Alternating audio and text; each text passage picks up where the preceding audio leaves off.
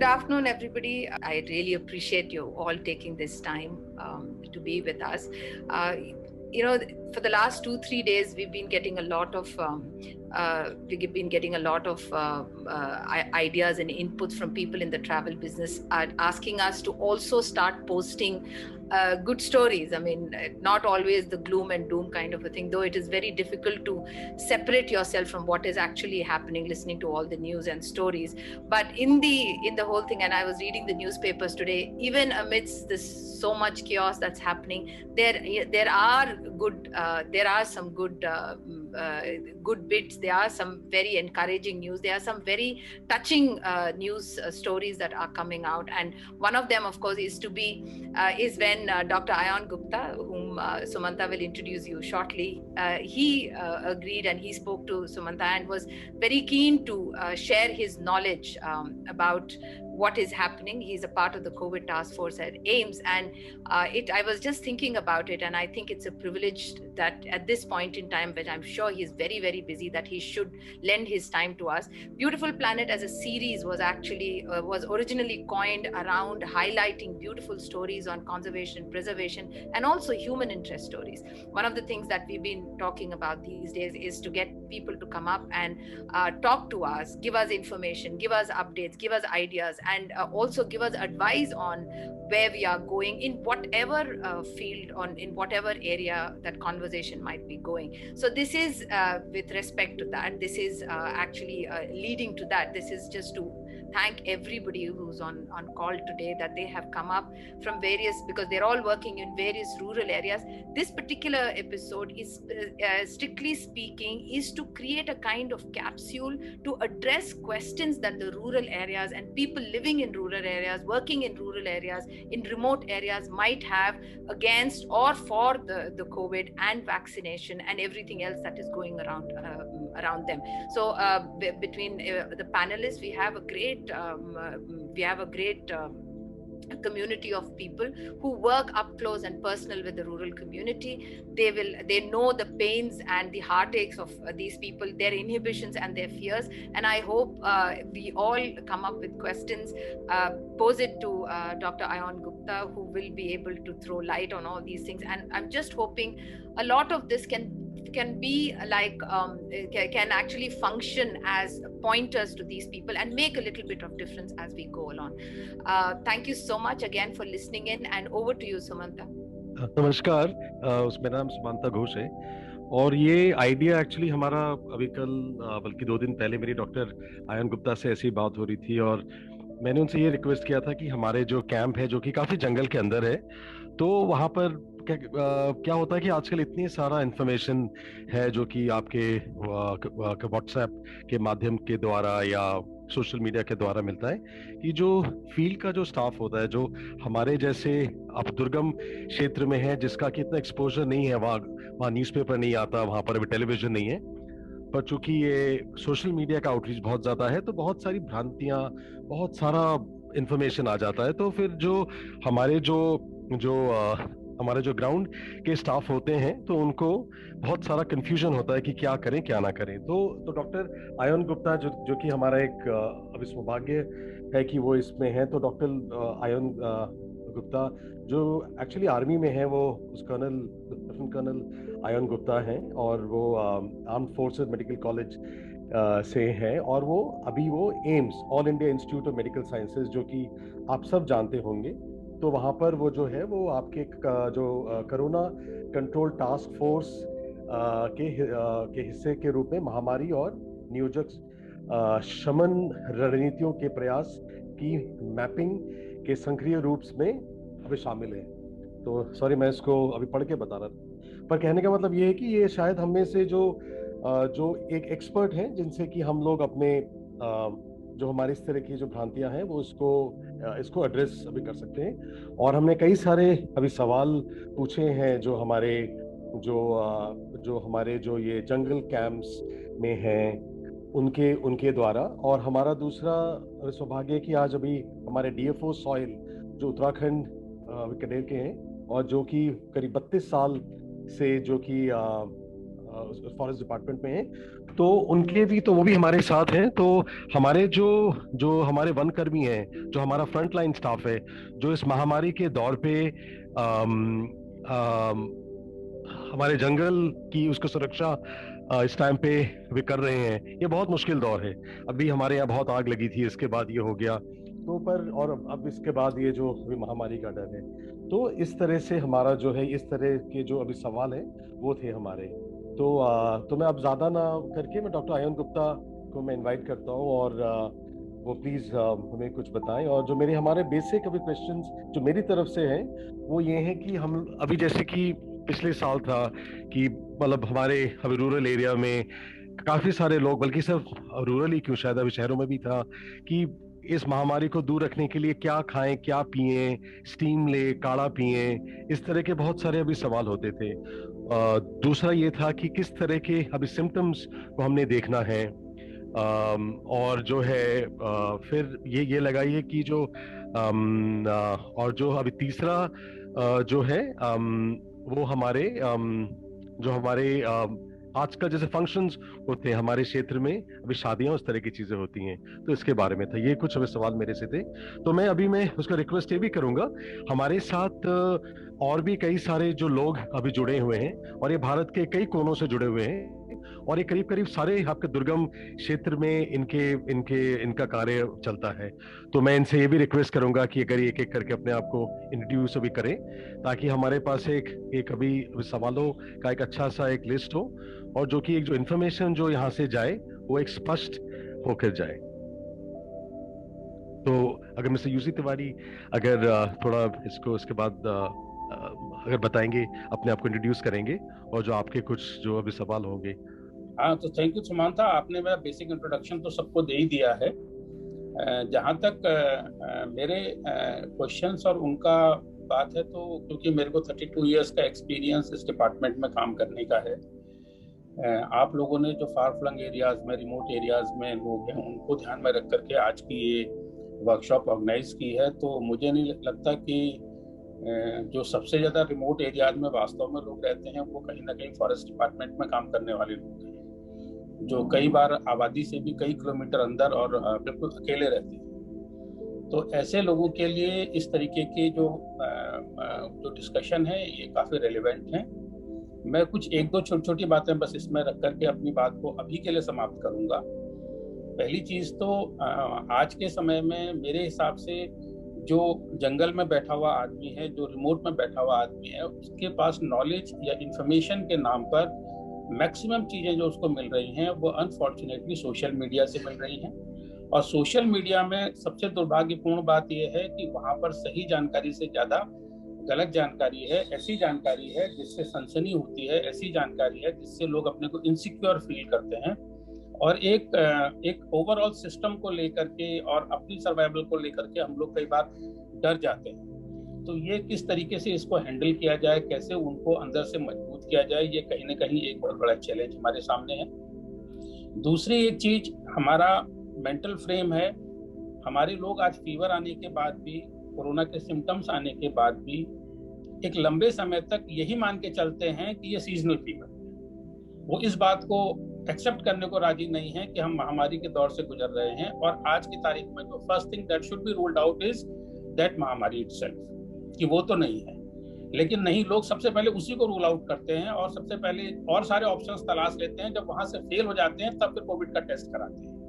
उसमें कई बार इतना लेट हो जा रहा है कि वो उससे कई लोग और इन्फेक्ट हो जा रहे हैं, साथ में इन लोगों की लाइफ को भी खतरा उससे आ जाता है। तो ये जो माइंडसेट है, इस माइंडसेट को हम कैसे लोगों के में इंस्टिल करें कि वो चीज़ों को सही पर्सपेक्टिव में समझें, और महामारी को समझते हुए सबसे पहले किसी भी सिम्टम के आने पर पहले कोविड को रूल आउट करें, तब जाकर के और चीज़ों की तरफ जाएं।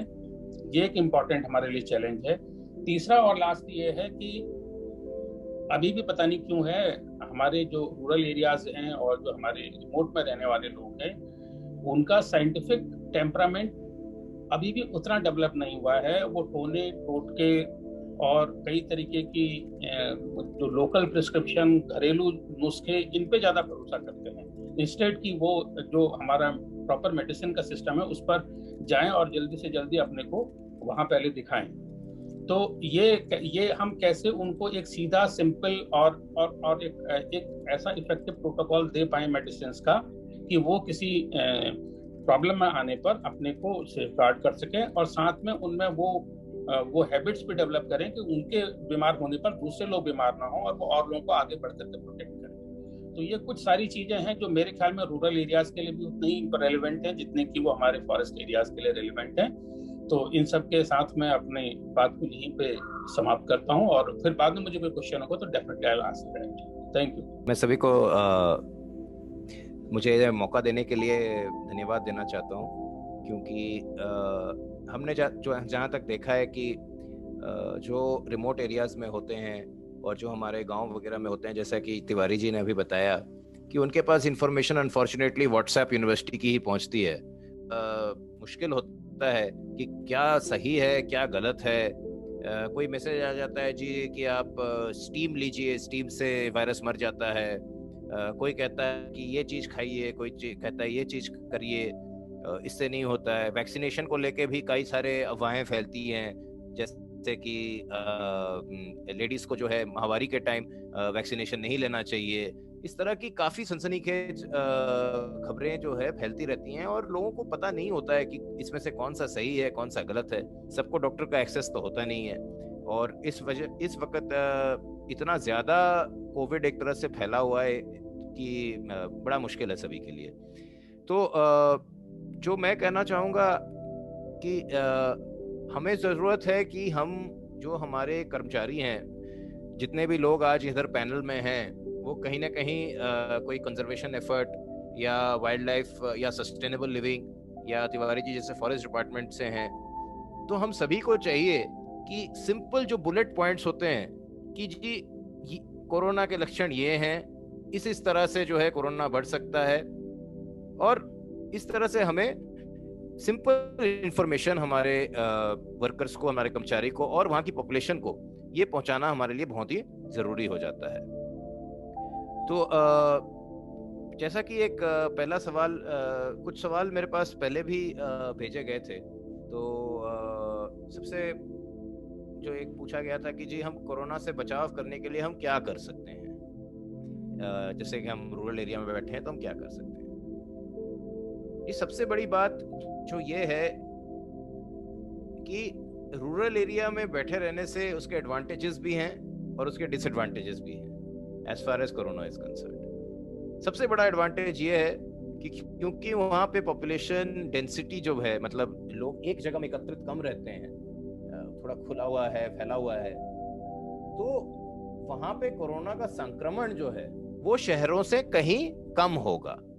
हालांकि इस बार हम देख रहे हैं, पिछले साल जैसे ये कैंप्स में जैसे कि शोभा मोहन जी ने बताया कि खास हमने केसेस नहीं देखे थे पिछले साल, लेकिन इस साल चूंकि बहुत ज्यादा केसेस हो रही हैं, चाहे वो भीड़ भड़क की वजह से हो या फिर ज्यादा इन्फेक्शियस जो स्ट्रेन आ गया है वायरस का उसकी वजह से हो, तो इस बार हम टियर 2-3 सिटीज और गाँव में भी, रूरल एरियाज में भी हम थोड़ा बहुत देख रहे हैं।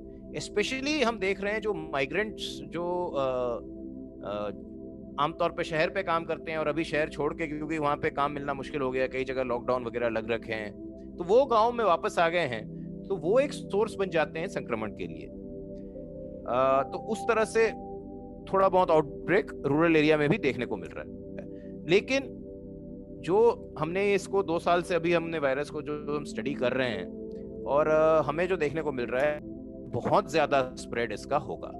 लेकिन यह कहते हुए एक मेरे को आपको चेतावनी देना जरूरी है कि अगर संक्रमण हुआ किसी एक गांव में, मान लीजिए आउटब्रेक हुआ, ये एरियाज काफी रिमोट हैं हेल्थ इंफ्रास्ट्रक्चर से, तो वहां पे ट्रीटमेंट मिल पाना बड़ा मुश्किल हो जाता है। इसीलिए सबसे जरूरी बात यही है कि एहतियात बरती जाए। और एहतियात कैसे बरती जाए? सिंपल चीज है जो सब समय बताया जाता है कि आपने मास्क पहनना है, दूरी बना के रखना है, स्पेशली जो बाहरी लोग हैं, जो वहाँ के गांव के लोग नहीं हैं, उनसे थोड़ा दूरी बना के रखना है, एंड साथ में आपने हाथ धोना है। ये 3 चीज ही मेन चीज है। बाकी रूरल एरिया में जो हमारे लोग हैं उनकी लाइफस्टाइल जो है वो काफी एक्टिव है, उनकी इम्यूनिटी ऐसे भी थोड़ी अच्छी होती है कंपैरेटिवली। जो लोग शहर से वापस आ रहे हैं गांव में, या फिर शहर में काम करते हैं, अप डाउन करते हैं गांव से, उनको ज्यादा एहतियात बरतने की जरूरत है। क्योंकि गांव में क्या है, एक ही घर में जो है वयस्क लोग भी रह रहे होंगे, बड़े बूढ़े भी होते हैं गांव के, तो उनको ट्राई करना चाहिए कि जैसे गांव में दूसरे लोगों के साथ इकट्ठा ना हो। ये तो खैर हर किसी के लिए ही एक सीख है कि इस वक्त जो हम देखते हैं आमतौर पे कि आप गांव में किसी चाय के दुकान के सामने बैठ के बातें कर रहे हैं, तो ये सब थोड़ा सा अवॉइड करना जरूरी है, स्पेशली इस टाइम पे जब कोविड का संक्रमण काफी हाई है। और जो लोग बाहर से आ रहे हैं उनको तो कहना चाहता कि इनके अगेंस्ट कोई आप डिस्क्रिमिनेट करिए या इनको कहीं और बाहर, गांव के बाहर कर दीजिए, ऐसा बिल्कुल भी नहीं। लेकिन उनको खुद भी थोड़ा बहुत जानना चाहिए। और अगर आप देख रहे हैं कि ऐसा कोई आदमी है जो आता जाता रहता है और किसी एरिया में जाके बैठ रहा है, तो उनको आप बता सकते हैं कि देखिए आप क्योंकि आ रहे हैं तो थोड़ा सा आप दूरी बनाए रखें तो ये बेहतर होगा। और ऐसे लोगों को ये जरूरी करना है कि मास्क हमेशा पहन के रखना है। मैंने ये देखा है कि गांव में लोग कहते हैं कि क्योंकि केस नहीं है तो मास्क वास्क क्या पहनना, कोई जरूरत नहीं। मेरी आपसे दरख्वास्त है, आपने खबरों में देखा ही होगा कि कैसे हमारे बड़े शहर, दिल्ली बोलिए, लखनऊ बोलिए, बहुत ही खराब हालत है। मैं जैसे कि कह रहा था कि मास्क पहन के रहना बहुत ही जरूरी है, स्पेशली जब किसी भी आप अपने घर बार के बाहर किसी से भी मिलते हैं तो मास्क पहन के रखना बहुत बहुत जरूरी है। तो हमारे और जो कुछ जो सवाल आज में जो मैं लड़कों से गांव से पूछ रहा था कि मतलब क्या ऐसी चीजें हैं, जैसे उनका एक कि उसका जो एक अब प्रिकॉशन के वजह से क्या चीजें हैं जो उनको खाना चाहिए या नहीं खाना चाहिए, या कुछ पीना चाहिए, स्टीम लेना चाहिए, वो चीज। तो एक चीज मैं आपको क्लियर कर देना चाहता हूँ कि काफी सारी ऐसी मैसेजेस आती हैं कि आप ये खाइए, गिलोय खाइए, स्टीम लीजिए वगैरह वगैरह। Let us be very clear, इन सब से कोरोना नहीं रुकता। लेकिन स्टीम लेने से या कोई हर्ब्स खाने से या हल्दी दूध पीने से कोरोना को नहीं पता कि ये हल्दी दूध है, उसको जो है वो उसका संक्रमण का रूट अलग है, इससे कोई फर्क नहीं पड़ता।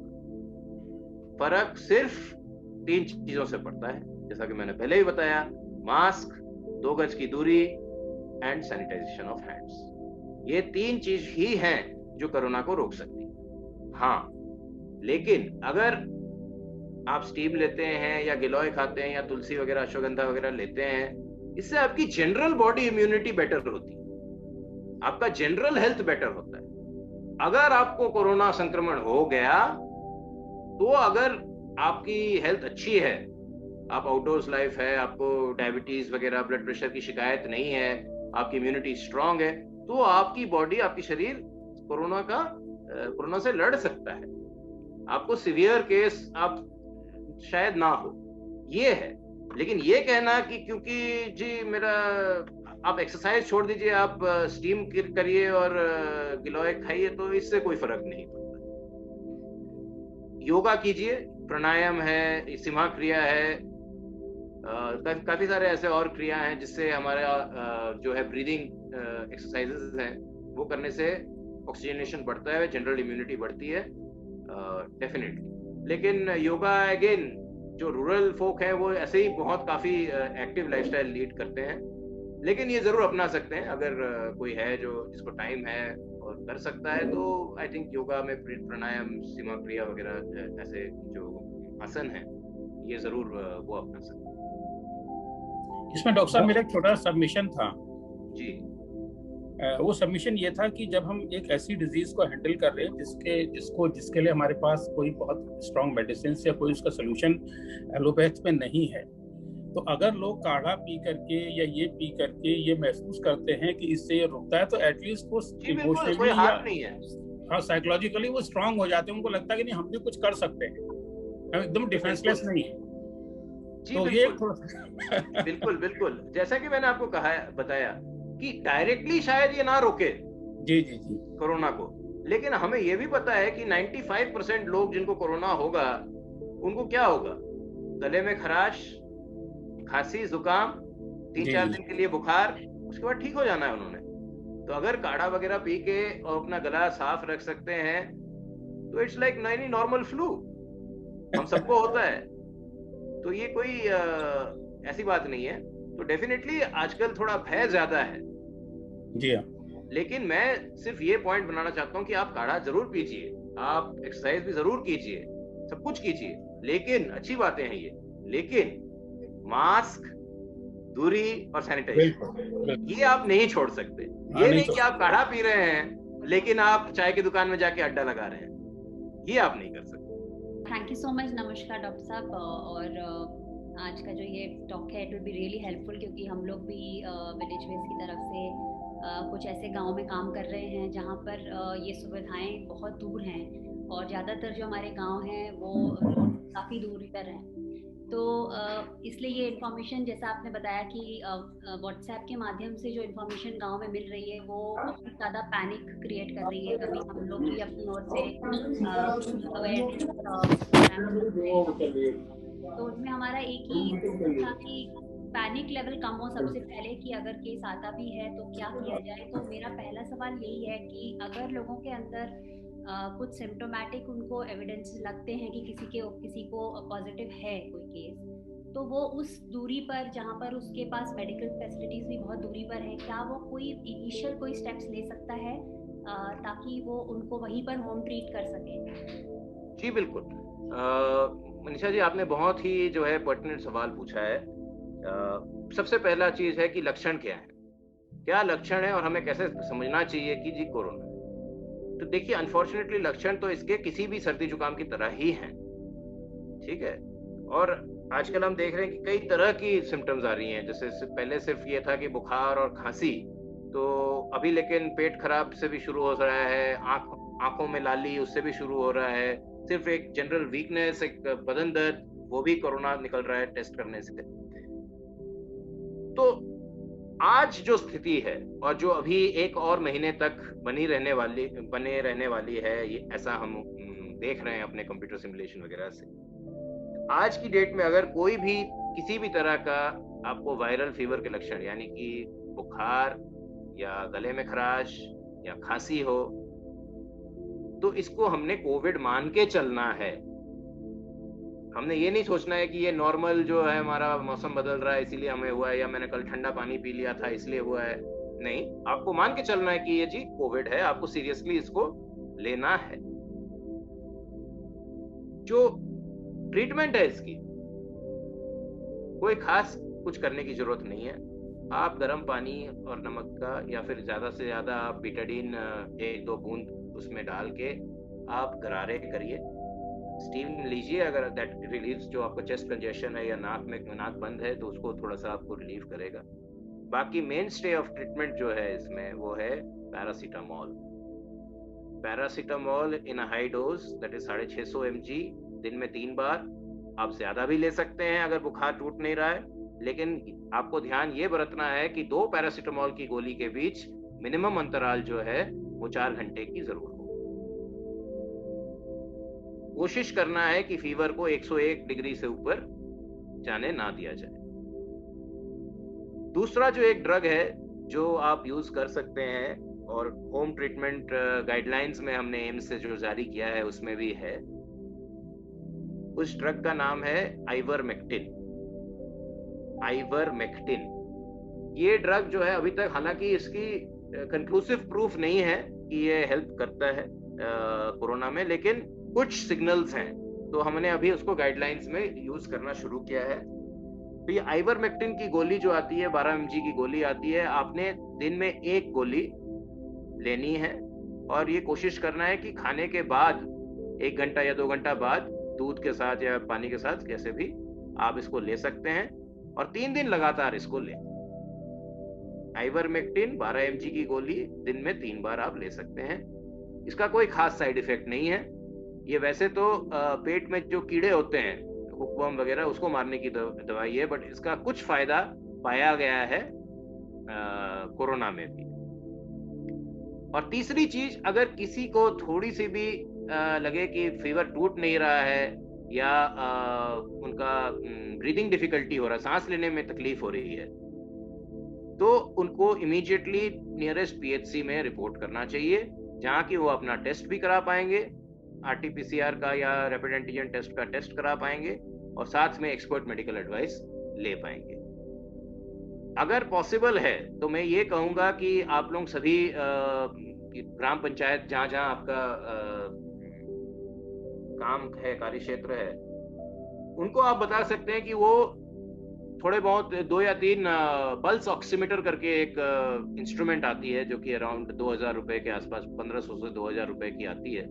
तो अगर एक गांव में ग्राम पंचायत या कोई डिपार्टमेंट 2-3 ये रख ले और ऐसा कोई पेशेंट आए जिसको आपको डाउट है कि कोरोना हो सकता है, स्पेशली एल्डरली पेशेंट, तो दिन में 3 बार ये मशीन आप उनकी उंगली में लगा के इनका ऑक्सीजन सैचुरेशन कितना है ये देख सकते हैं।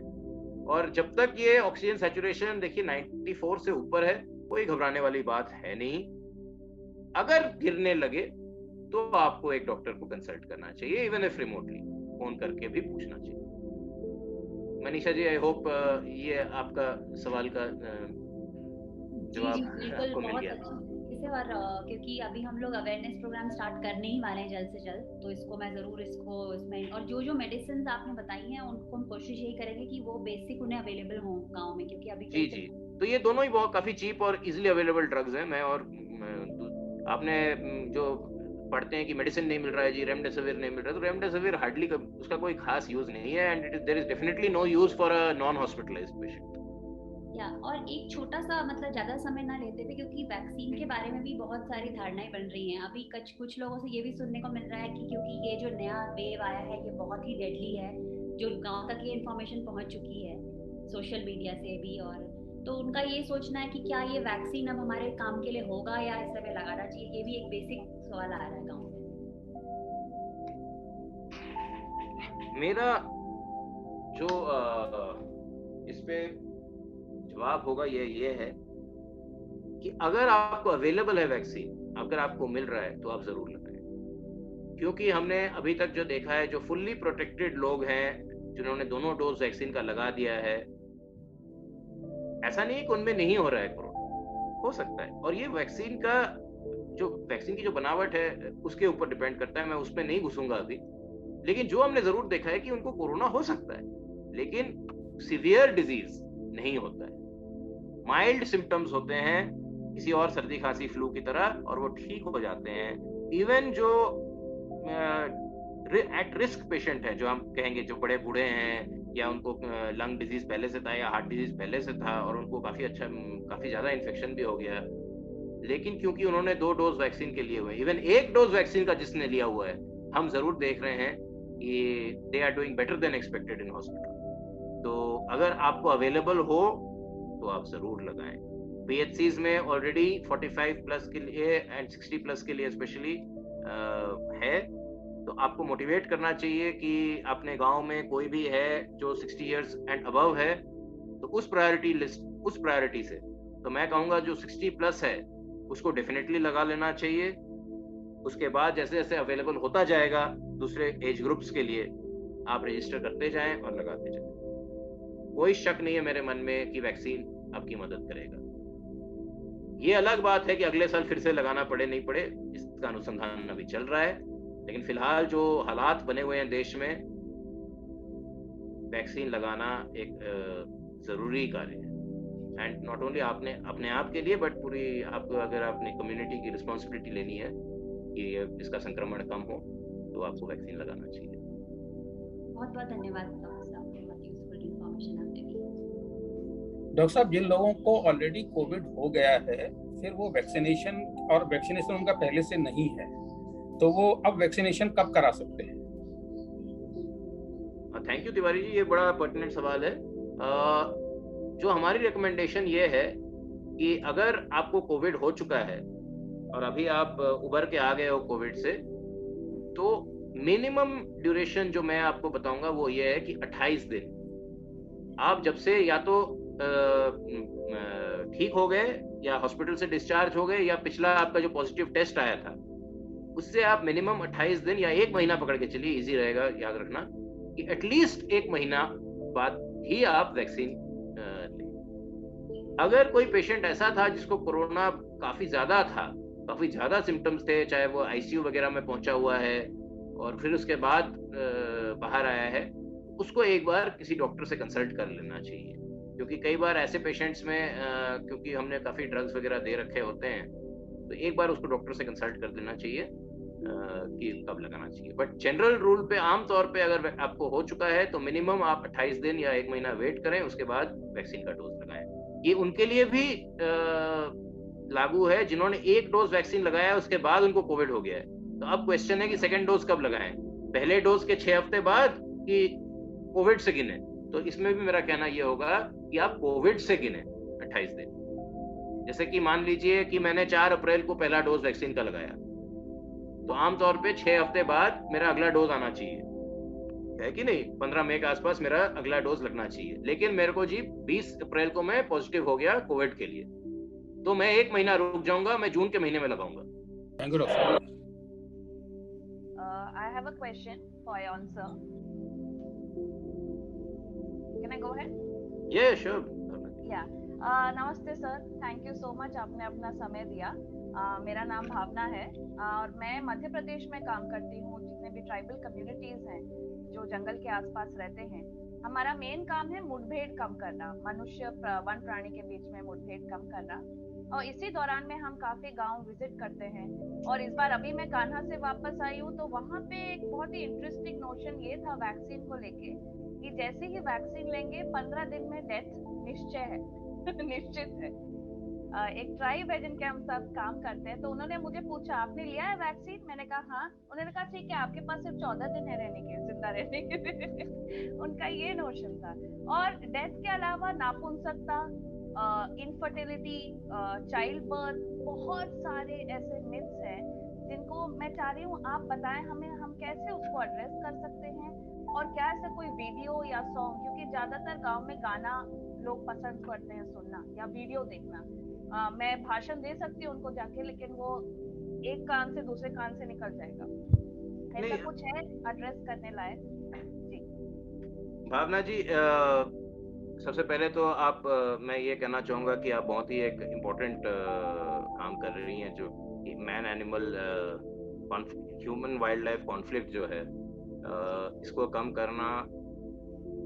एक चीज मैं कहना चाहूँगा, मुझे नहीं पता आप लोगों ने कितनों ने सुना होगा ये वन हेल्थ कॉन्सेप्ट, जो हम देखते हैं आज की डेट में, जो सरकार के हाईएस्ट लेवल पे ये बातें चल रही हैं कि one health concept, whole of government approach to a one health concept. आज की डेट में जितनी नई ऐसी डिजीजेस उमड़ के आ रही हैं, चाहे वो डेंगू हो, चाहे वो इबोला हो, चाहे वो HIV था 80-90 के दशक में, चाहे वो कोरोना है, ये एक सभी डिजीज जो है कहीं ना कहीं human and wild life conflict because of depleting forest cover and human wild life contact, जो कि पहले कम होता था, उसकी वजह से ये वायरसेस जो हैं, मेनी ऑफ दिस केसेस, ये सारे एनिमल ओरिजिन के वायरसेस हैं जो कि जंप करके ह्यूमन बींग्स में आई हैं और अब महामारी के तरह रूप में हमारे बीच में फैल रही है। तो ये conservation and reducing human wildlife conflict is very very important if we are going to prevent future pandemics, future महामारी। But coming to the specifics of आपका जो सवाल था कि वैक्सीन हेजिटेंसी, तो देखिए ये सिर्फ कोरोना वैक्सीन के लिए नहीं, इनफैक्ट हर वैक्सीन के लिए ये एक हमेशा से एक चैलेंज रहा है। चाहे हम पोलियो की बात करें, चाहे हम किसी और चाइल्डहुड वैक्सीन की बात करें, तो वैक्सीनेशन रेट्स जो कवरेज है वो काफी पुअर है हमारे रूरल एरियाज में, एंड अपटेक काफी कमजोर है। और ये इसलिए है क्योंकि हमारा जो है as a people trust in our institutions कम है। क्योंकि जो ट्राइब्स हैं, जो फॉरेस्ट ड्वेलर्स हैं, उन्होंने देखा है कि कोई भी सरकार आज तक उनके हित में काम नहीं करती, वो उनके पर्सपेक्टिव को समझने का कोशिश नहीं करती है और ऊपर से ऑर्डर थोपती है without understanding the tribal way of life या अंडरस्टैंडिंग द ट्राइबल कल्चर। तो वो तभी मानेंगे वैक्सीन लेने के लिए अगर आप जितना मर्जी आप सरकार से के थ्रू या गवर्नमेंट ऑफिशियल के थ्रू प्रचार कर लीजिए, शायद वो नहीं मानेंगे। वो तभी मानेंगे अगर कोई ट्रस्टेड पर्सन जो है, उनमें से किसी, आपको ट्रेनिंग ऑफ ट्रेनर्स आपको करना पड़ेगा, उनमें से कुछ रिस्पॉन्सिबल लोग जो आपको लगे, आपको पिक करना पड़ेगा, उनको इंटेंसिव ट्रेनिंग देनी पड़ेगी, उनको समझाना पड़ेगा। अगर वो कन्विंस्ड हो जाए, जो हम बोलते हैं प्रोसेस, बिहेवियर चेंज कम्युनिकेशन के काफी सारे प्रोसेसेस होते हैं। पहले तो है कि वो एक्सेप्ट, अवेयरनेस, उसके बाद है वो उसको टटोल के देखेगा कि हाँ जी, क्या ये मेरे लाइफ में एप्लीकेबल है नहीं, क्या मुझे इससे फायदा होगा, क्या मेरी लार्जर कम्युनिटी को फायदा होगा। जब अवेयरनेस के बाद आता है एक्सेप्टेंस और उसके बाद आता है इम्प्लीमेंटेशन। तो आप लोग जो बहुत दिनों से ऐसी कम्युनिटीज में काम कर रहे हैं, आप लोग अगर ऐसी जगहों पे जाके उनको उनमें से कुछ लोगों को पिक करेंगे, सिलेक्ट करेंगे, उनका ट्रेनिंग ऑफ ट्रेनर्स करेंगे, फिर उनको कम्युनिटी में भेजेंगे, तो आप देखेंगे कि वैक्सीन का अप्रूवल ज्यादा होगा बनिस्बत इसके कि एक वीडियो बना दिया जाए ministry of health and family welfare की तरफ से या स्टेट गवर्नमेंट की तरफ से, इसका अपटेक खास होगा। Thank you sir. सर मेरा एक और सवाल था छोटा सा। कुछ लॉजेस हैं, जैसे कि अभी कान्हा नेशनल पार्क में काफी केसेस आए हैं और काफी डेथ्स भी हुए हैं। एक सिटी है बहियर करके कान्हा के पास, वहाँ पे हालात काफी खराब है। तो एक लॉज है सिंगिनावा लॉज, वो चाह रहे हैं कि एक डॉक्टर अगर स्टेशन हो जाए रूरल एरियाज में और हेल्प करें, और आइदर अभी टेम्पररी बेसिस पे जब तक कोविड थोड़ा कम नहीं हो जाता, या तो परमानेंट बेसिस पे। ऐसे हालात में हम कैसे डॉक्टर्स को कांटेक्ट कर सकते हैं जो रूरल एरियाज में स्टेशन हो पाए और हेल्प करें रूरल एरियाज को? अगर कोविड ने हमें एक चीज हेल्प किया है डेवलप करने में इन वेरी शॉर्ट टाइम, वो है telecommunication services and telehealth services. आज देश में हालत ऐसी है कि ऐसे ही हमारा डॉक्टर टू पॉपुलेशन रेशियो बहुत पुअर है और रूरल एरियाज में तो बद से बदतर है। तो शायद फिजिकली आपको डॉक्टर ना मिले, लेकिन कोविड जहां तक कोविड का सवाल है, तो आज की डेट में शहरों में भी लोग थ्रू जूम कॉल और थ्रू व्हाट्सएप वीडियो ही ट्रीट हो रहे हैं।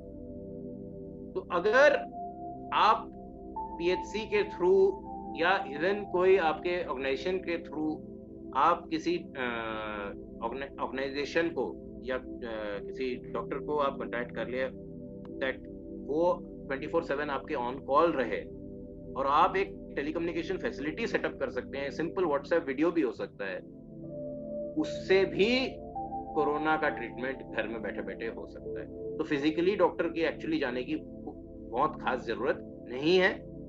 Rather patient has to be brought to the PHC, क्योंकि आपको पता है कि इसका मेन स्टे ऑफ ट्रीटमेंट जब पेशेंट डिटेरियोरेट करता है तो वो है ऑक्सीजन, और ऑक्सीजन हम ऐसी जगहों पे नहीं पहुंचा पाएंगे, ऑक्सीजन आपको पेशेंट को लेके आना पड़ेगा पीएचसी में।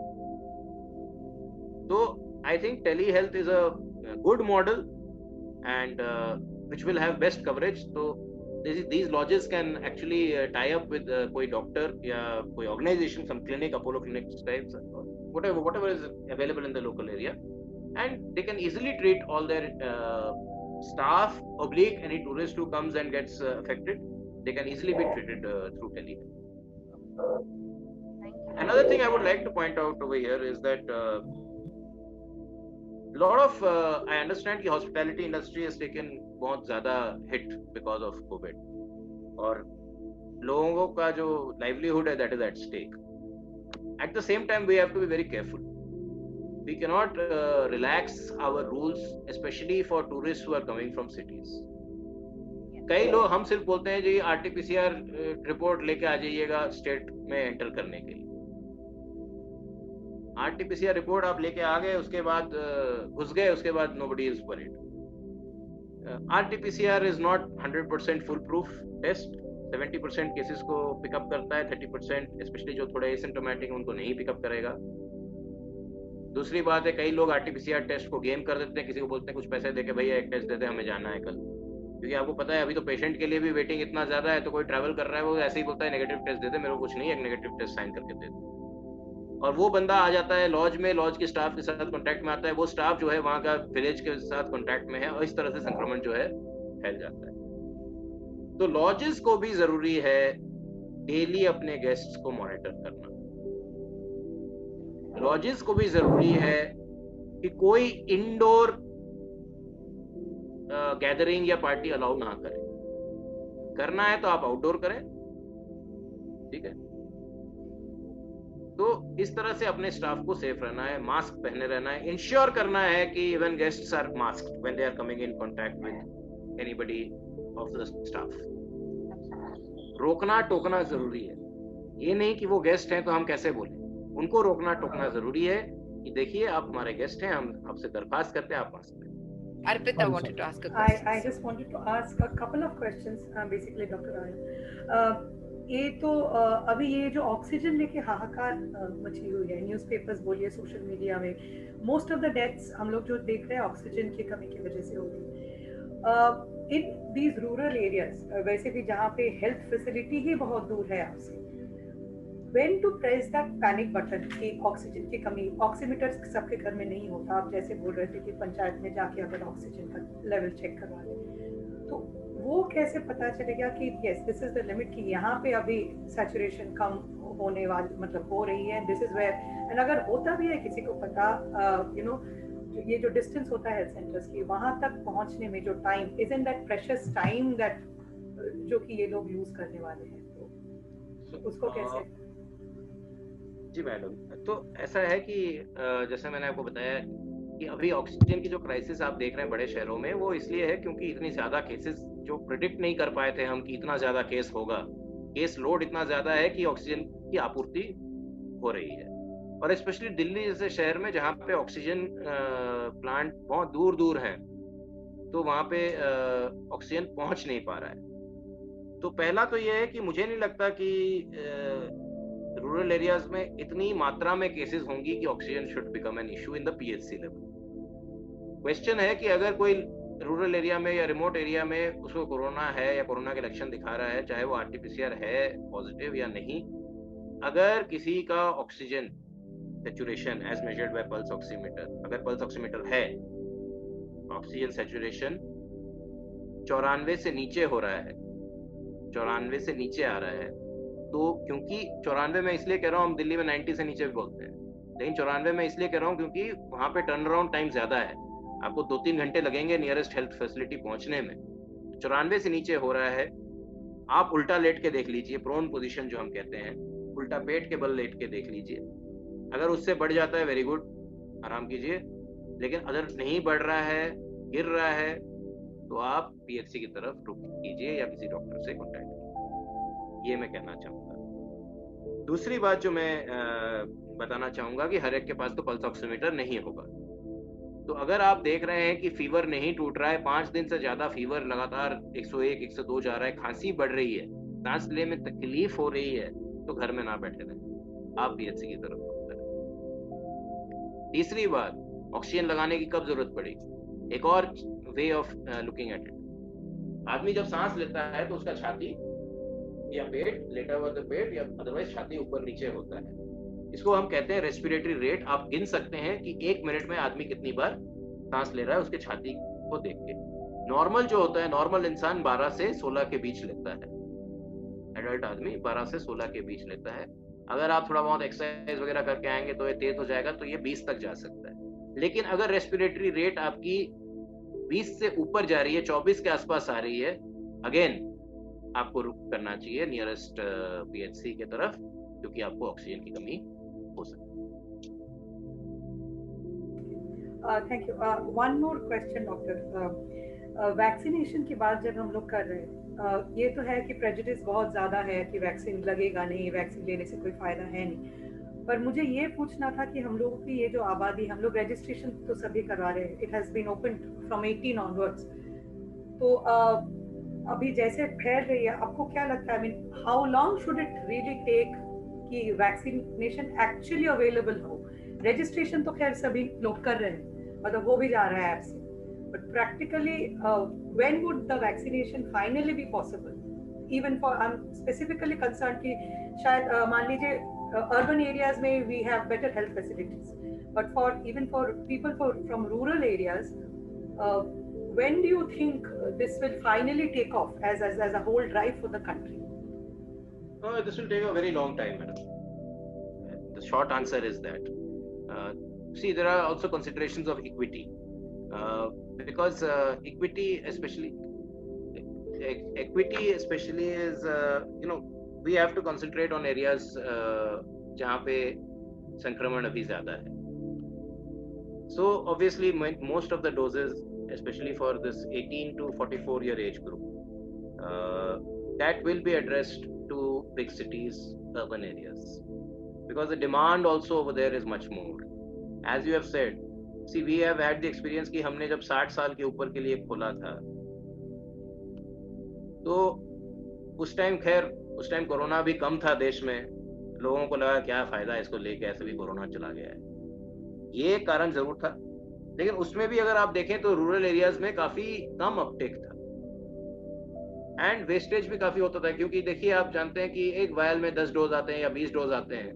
अगर एक कोई पेशेंट आ जाए वैक्सीन लगाने, दो या 3 लोग आए, तो जो हेल्थ वर्कर होता है पीएचसी में, वो भी नहीं चाहता है कि वैक्सीन का वायल खोले, वो कि 20 डोज का वैक्सीन का वायल मैं खोल दूंगा, 3 लोगों को लगाऊंगा, इतना ज्यादा वेस्टेज हो जाएगा, मेरे को ऊपर से बताया जाएगा कि जी आपने वैक्सीन वेस्ट कर दिया।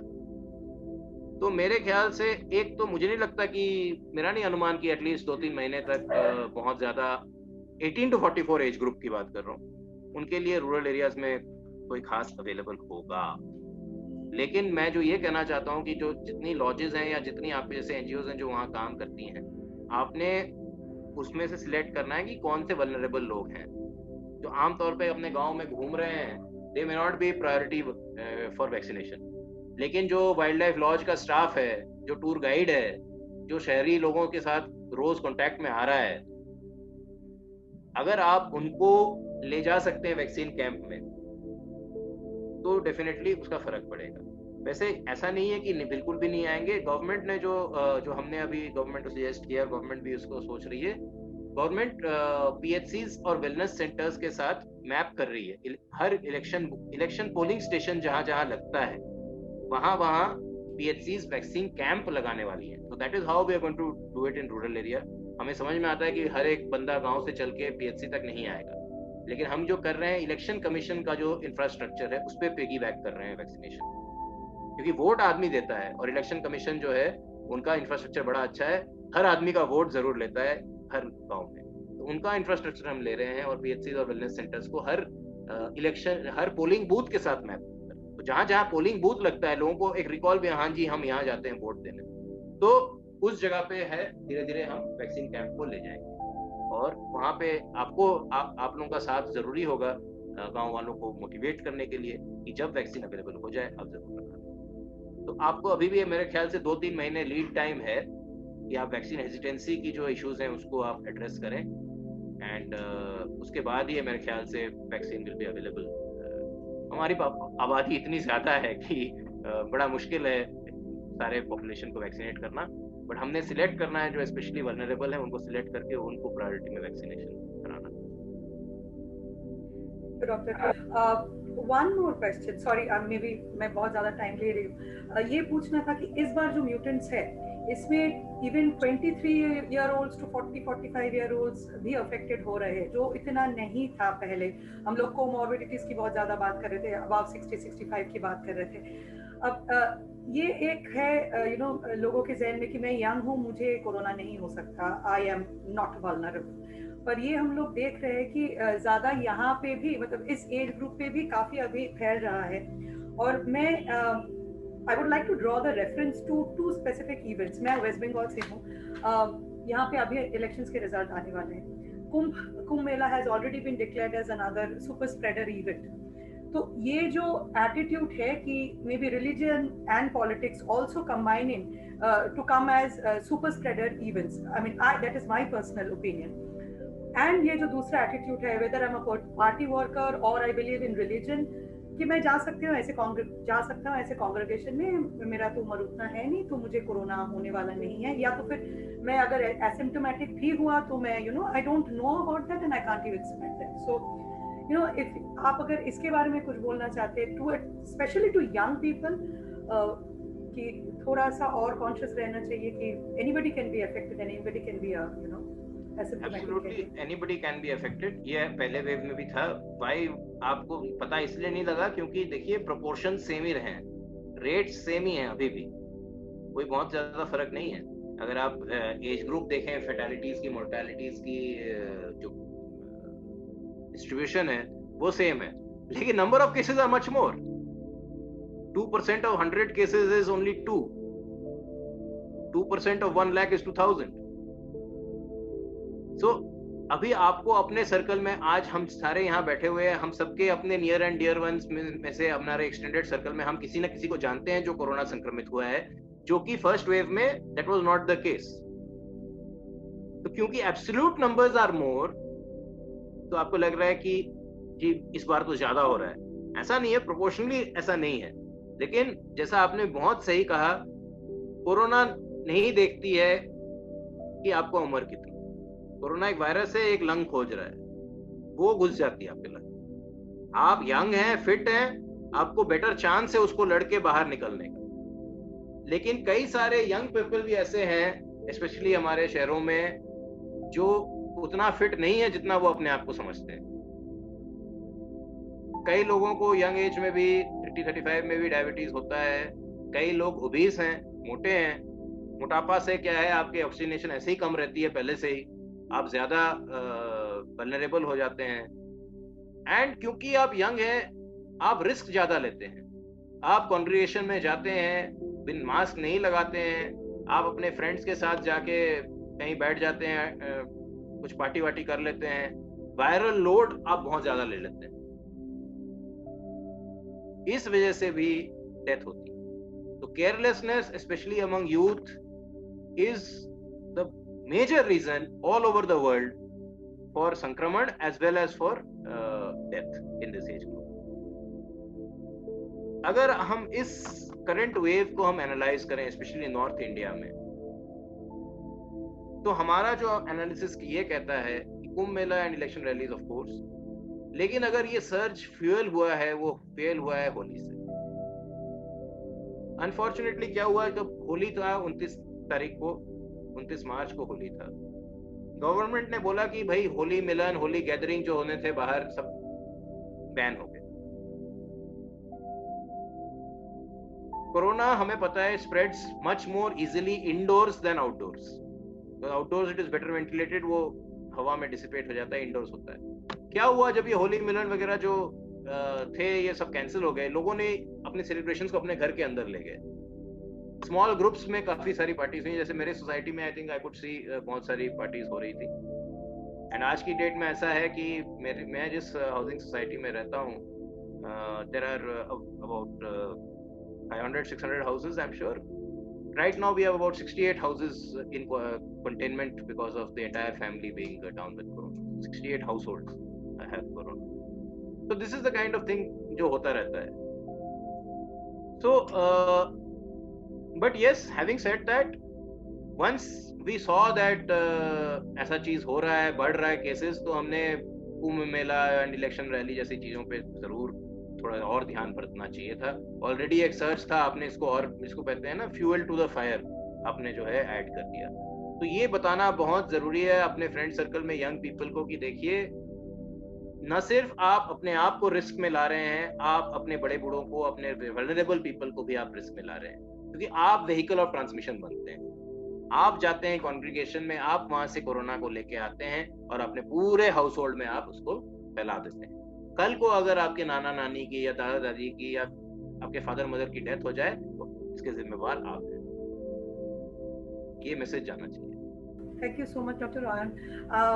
This is not a question actually, एक ये हम लोग डिस्कस कर रहे थे जब भावना बोल रही थी कि you know that line between the human and the wildlife, since we are all kind of discussing and we are all from sustainability background, बस यही एक बात पूछना था या शेयर भी करना था कि isn't corona or any such virus ultimately the result, जो कि डॉक्टर आयन भी बोल रहे थे कि you know planet को शायद हम लोगों ने कुछ ज्यादा ही एक्सप्लॉइट कर लिया है, बट ये बोलते हुए you know we as people coming from sustainability background, अभी करना क्या चाहिए? Where is that line which is very important? I mean, अभी we know that there is no planet B. So ये बहुत बड़ा चैलेंज होने वाला है पोस्ट पैंडेमिक, बहुत बड़ा चैलेंज होने वाला है। गवर्नमेंट को पता है, लेकिन एट द सेम टाइम एक इकोनॉमिक क्राइसिस भी हमारे देश पे आ चुका है। इकोनॉमिक लॉस जो फर्स्ट वेव में हुआ था वो अभी भी होगा, and post pandemic boom is expected, economic boom, because people will have to get back to earning livelihoods, government will be more interested. That can be any government, but it doesn't matter on की political affiliation क्या है. किसी भी government चाहेगी कि अपने लोगों को stimulus देने के लिए, industrial activity बढ़ाने के लिए, economic activity बढ़ाने के लिए, और इन सब में conservation मार्क है. तो आप लोग जो हैं लाइक माइंडेड पीपल हैं, बट गवर्नमेंट को ये भी पता है कि वन हेल्थ अप्रोच है, ये भी कहीं ना कहीं गवर्नमेंट पे है. तो ये बड़ा डिफिकल्ट होगा बैलेंस करना कि needs of conservation visa विज़ the need for restarting economic activity.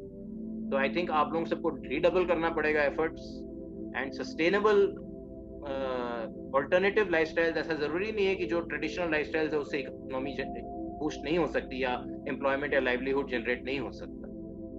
We have to give people employment and livelihood. ये एक गवर्नमेंट की, एक सोसाइटी की कमिटमेंट है to its people. We cannot allow them to live in poverty. At the same time हमें ये देखना जरूरी है कि हम जो एवेन्यू यूज कर रहे हैं एम्प्लॉयमेंट जनरेट करने का या लाइवलीहुड जनरेट करने का, that is not further degrading. Because if we do that, then this is not the last pandemic we are seeing in our lifetime. I just want to add one thing, Arpita. You would be very happy to know, and Dr. Ayan, you also would be very happy to know कि एक pandemic से ये फायदा हुआ है कि गांव के लोगों को बहुत प्राउड फील होता है कि उनके यहाँ स्वस्थ हवा है, पेड़ है, ऑक्सीजन सिलेंडर से सिर्फ उनको सांस नहीं लेना पड़ रहा है, उनको सांस मिल रहा है. तो दिस टाइम मैंने उस टॉकिंग टू देम, जब हम प्रोग्राम कर रहे थे गांव में, उन्होंने बोला हमको बहुत गर्व लगता है कि हमारे यहाँ इतना कुछ है. आपके हाँ एक्चुअली आप लोगों के पास कुछ नहीं है, हमारे पास बहुत कुछ है. Good, that's the pride. जी जी बिल्कुल मैं एग्री करूंगा कि आप देख लीजिए when it came down to it, आज की डेट में जो शहर की आज दिल्ली की हालत है, आप देखें. हम लोग बात करते हैं जी पॉलिटिक्स की, पॉलिटिकल एफिलिएशन की, left versus right, Hindu versus Muslim. When it came down to it, हमने हमारी लड़ाई इन सब चीजों पे नहीं हुई. किसके लिए हुई? हवा के लिए, एयर के लिए. People died for lack of air. जो वातावरण गांव में, रूरल एरिया में हमारे इतने सुंदर हैं, I think city folk especially will see it with a new light, and you might get many more people who will be willing to give their energy and their finances, more importantly, to sustainable and living. Thank you so much, Dr. Ayan. That was really enlightening. It was brilliant talking to you and knowing so much. Thanks. Thank you so much. It was a pleasure for me too. And it was a break really from the cloistered and depressing environment of our hospitals. To be able to speak to you, at least even vicariously through you, I can imagine myself being in the, in salubrious, more salubrious environments. And hopefully in a couple of months, when we get over the worst of this surge, maybe I can take a break at some of the properties over there. तो sir मेरे ख्याल में हम लोग अपने आज की discussion के एंड की तरफ आ रहे हैं, लेकिन एक इम्पॉर्टेंट क्वेश्चन अभी भी अनएड्रेस्ड रह गया है. जी बताइए तिवारी जी. वो ये है कि अगर कोई हमारे नियर एंड डियर जो रूरल एरियाज में है या फॉरेस्ट में है, इंटीरियर में, वो कोविड से अफेक्ट हो गया है, तो उसको जो लुक आफ्टर करने वाले लोग हैं, उनका बिहेवियर और उनकी प्रिकॉशंस क्या होनी चाहिए, ये भी एक बार आपसे लोगों को क्लियर कट पता लग जाए तो दैट वुड बी हेल्पफुल. या श्योर. तो ये एक इम्पोर्टेंट क्वेश्चन आपने पूछ लिया. देखिए, हम लोग कहते हैं कि एक अलग रूम और बाथरूम हो, जो कि पॉसिबल नहीं होगा इन मोस्ट रूरल कम्युनिटीज, मेरा जहां तक अंडरस्टैंडिंग है. क्योंकि शहरों में ठीक है, आपके पास अगर फ्लैट, बोलना आसान है कि एक अलग कमरे में उसको सुला दो, तो अलग कमरा कहाँ मिलेगा, ये भी तो सोचने वाली बात है जी, है ना. तो ये गांव में जरूर कर सकते हैं कि आप एक डिटेंशन सेंटर या इस तरह ग्राम पंचायत के थ्रू बात करके कोई हॉल या ऐसा कोई जगह आप उसको डेजिग्नेट कर लीजिए कि उसमें आप 4-5 बेड लगा दीजिए और उसमें वेल वेंटिलेटेड हो, दोनों तरफ उसमें क्रॉस वेंटिलेशन हो, उसमें हवा की आवागमन सही हो, सीलिंग फैन वगैरह लगे हों. एक तो वो करना पड़ेगा, क्योंकि पर्सन को आइसोलेट करना जरूरी है, और हो सकता है कि वो घर के अंदर आइसोलेट ना हो पाए. पेशेंट जो है वो उस कमरे के अंदर हमेशा जहां तक हो सके मास्क पहना रहना चाहिए, नॉर्मल सर्जिकल मास्क एटलीस्ट पहना रहना चाहिए. जो केयर गिवर डेजिग्नेट होगा रूरल कम्युनिटी की तरफ से उनको देखभाल करने के लिए, उसको चाहिए कि अगर N95 मास्क है तो वो बेस्ट है, अगर नहीं है N95 मास्क तो एक सर्जिकल मास्क और उसके ऊपर एक क्लॉथ मास्क, यानी कि डबल मास्क लगा के ही उस कमरे में प्रवेश करना चाहिए अगर कुछ उसका देखभाल करना हो तो। खाना वगैरह परोसना है, आपने खाना लेके आए और दरवाजे के बाहर एक टेबल पे रख दिया, पेशेंट को बता दिया कि खाना बाहर रखा है, पानी बाहर रखा है, आप प्लीज ले लें। जो भी उसके बर्तन हैं या उसके कपड़े हैं जो उसने फेंके हैं, चेंज करने हैं, ये सब सोडियम हाइपोक्लोराइट या bleach solution, common bleach solution में इसको थोड़ी देर भिंगा के धूप में अच्छी तरह से सुखाना है, डिसइंफेक्ट करना है, ठीक है। तो ये बेसिक प्रिकॉशंस हैं, बहुत ज्यादा कुछ इसमें है नहीं। Isolation is the मेनस्टे of treatment and मेनस्टे of stopping transmission. तो ये कहना कि घर में कोशिश ये करना है, मुझे नहीं लगता कि वो घर में रह के आप आइसोलेट कर सकते हैं, लेकिन ये भी जरूरी है कि उस घर में जिस घर से कोरोना केस आया है, क्योंकि हमें पता है कि कोरोना का संक्रमण लक्षण दिखाने से 1-2 दिन पहले ही हो चुका होता है, तो उनके घर वालों को even if they are asymptomatic, उनको बताना चाहिए कि प्लीज आप लोग घर में रहिए 2 दिन, आप 7 दिन आप घर में रहिए, हम आपका सारा जो है बाहर का काम हम आपको करके देंगे। तो इस तरह से आपको ग्राम पंचायत में जो विलेज हेल्थ कमेटी होती है या वॉलंटियर्स होते हैं, विलेज हेल्थ वॉलंटियर्स, उनकी एक या आशा वर्कर, उनका एक टीम बनाना है जो मॉनिटर करते रहेगा पूरे गांव में कि ऐसा कोई केस हुआ है। अगर सिम्प्टोमेटिक केस है तो उसको ले जाके आपने डेजिग्नेटेड सेंटर में आइसोलेट करना है और उसके घर वालों को भी आपने बोलना है कि आप आइसोलेशन या क्वारंटीन में रहिए और उनके साथ अपने उस तरह से बताना। छोटा सा क्वेश्चन था, अभी आपने सिम्प्टोमेटिक वर्ड यूज किया, जी जी, तो क्या जो असिम्प्टोमेटिक लोग हैं, ये मेरे इसमें छोटे से 2 क्वेश्चन थे कि जो असिम्प्टोमेटिक हैं क्या ये स्प्रेड कम करते हैं, क्वेश्चन नंबर 1। नंबर 2 कि जो असिम्प्टोमेटिक है उसको भी नहीं पता कि उसको कोरोना है और वो जाके वैक्सीन ले लेता है, तो इसमें क्या कोई इश्यू है? बस ये 2 छोटे से question. Okay, yes, the line between asymptomatic and mildly symptomatic is very difficult to delineate, very difficult। किसी को लगता है अरे थोड़ा सा ऐसे डामाडोल है, थोड़ा डाउन हो, that is also symptom। Pure asymptomatic बहुत कम होते हैं, लेकिन जो प्योर एसिम्प्टोमेटिक होते हैं डेफिनेटली वो थोड़े कम अंश में स्प्रेड करते हैं। जहां तक अभी तक हमें समझ में आया है कोरोना का, वो ये है कि super spreading events are the more common way of spread. एक सुपर स्प्रेडर होता है जो 50-60 आदमी को स्प्रेड कर जाता है।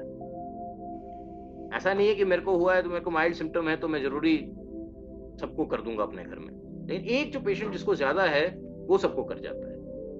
प्रोलॉन्ग्ड कांटेक्ट रहता है, 15 मिनट से ज्यादा प्रोलॉन्ग्ड कांटेक्ट रहता है तो उससे हो जाता है। तो हाँ, कहीं ना कहीं थोड़ा कम होता है, लेकिन ये हम मैसेज नहीं देना चाहेंगे कि क्योंकि सबको ही स्प्रेड कर सकते हैं। इसलिए मैंने कहा कि हमें तो पता नहीं गांव में, हम तो RT-PCR तभी के तभी नहीं करा सकते। अगर एक केस निकला है तो उसके सारे कॉन्टैक्ट्स को हमने ट्रेस करके उनको आइसोलेट करना चाहिए, नंबर 1। नंबर 2 सवाल आपका था कि वैक्सीन एसिम्प्टोमेटिक है, उसने तो टेस्ट कराया नहीं, जाके वैक्सीन लगा लिया।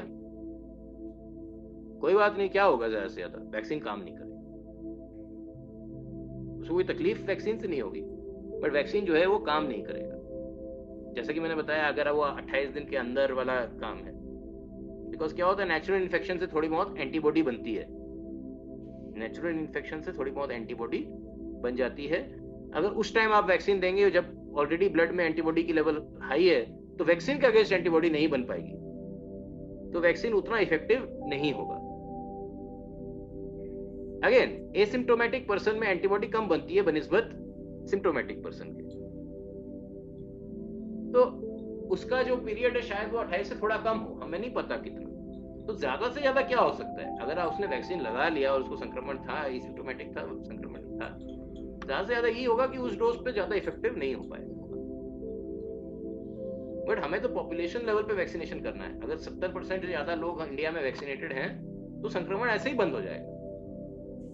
इंडिविजुअल प्रोटेक्शन पे हमने उतना ध्यान जरूरी नहीं है हमारा।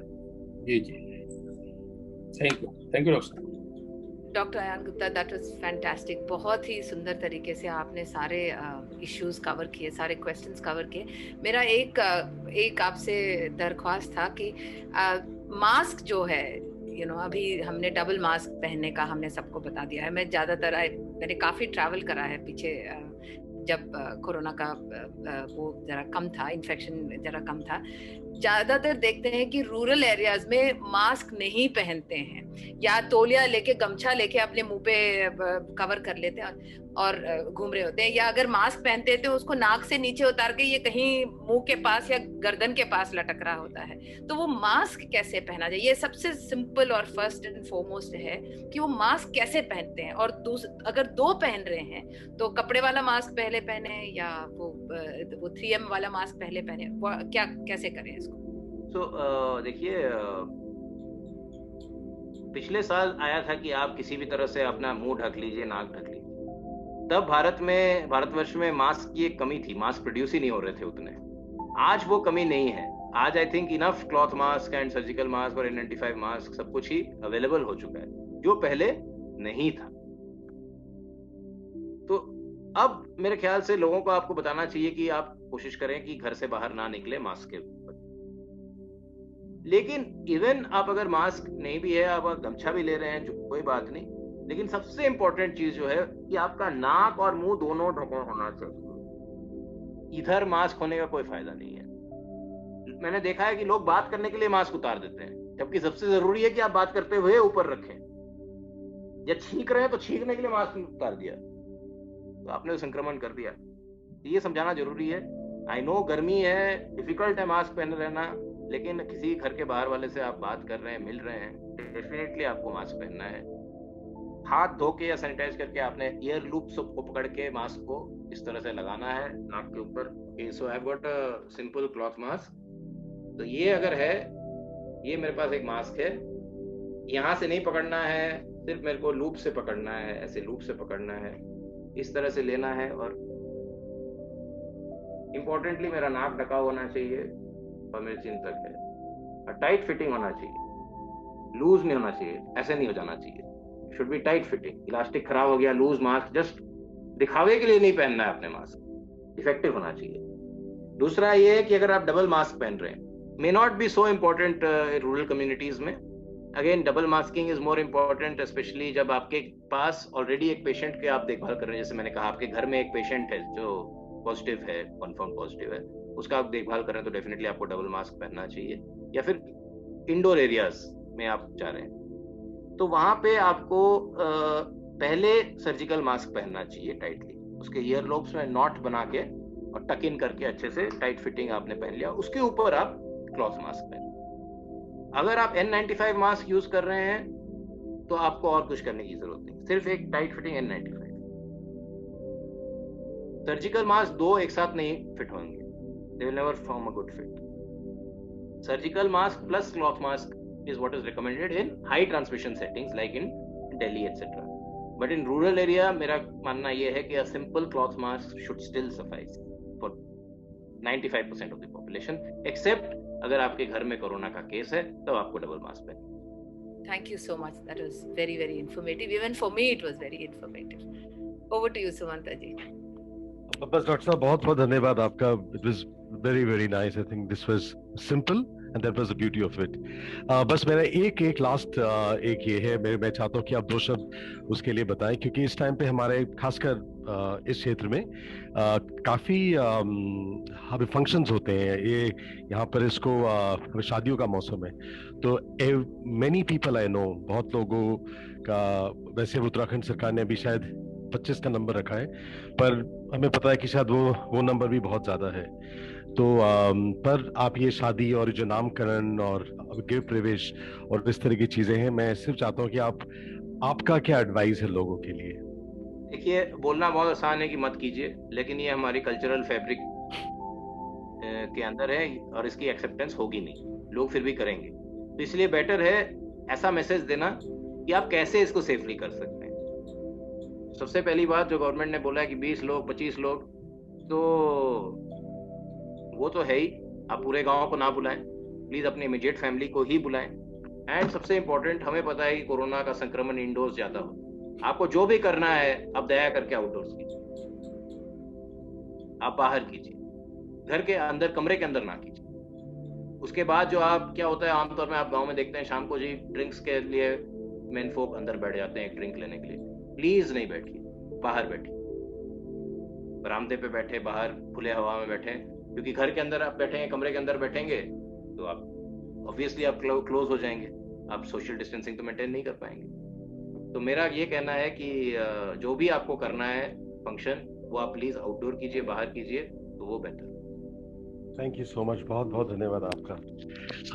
शुभा, वुड यू कुछ है, आप कुछ बोलना चाहें? Yes, just wanted to say thank everyone who joined in, Manisha ji, Tiwari ji, Bhavna, and also Arpita for joining in this panel. I think that this बहुत अच्छे तरह से सारे questions put forward करे, and we kind of addressed a lot of this. मुझे भी काफी चीजें नहीं पता थी, and Dr.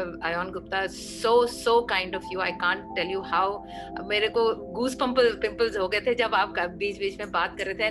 मेरे को ये अंदाज नहीं था कि we are talking to a doctor who also believes in the whole conservation philosophy that we which is such a strong part of what all of us are doing here. तो मैं आपको बहुत बहुत धन्यवाद देना चाहती हूँ, and I hope we'll be in touch. और कभी आपको when all this pandemic is over, you must come and see and stay in all the hotels and all the places that we are all from. Thank you so much. Thank you for giving me the platform जिस पे मैं सबसे बात कर सकता हूँ। I hope ये messages थोड़ी डिस्टिल होके पहुँचेंगी आपकी कम्युनिटीज को और उसको फायदा होगा। एंड मैं सभी सुखी रहें, सभी निरोग रहें, यही मेरा प्रार्थना है। और देश के ऊपर एक कठिन समय है, हम सबको एक साथ मिलके इस देश को इस जगह से उबारना है।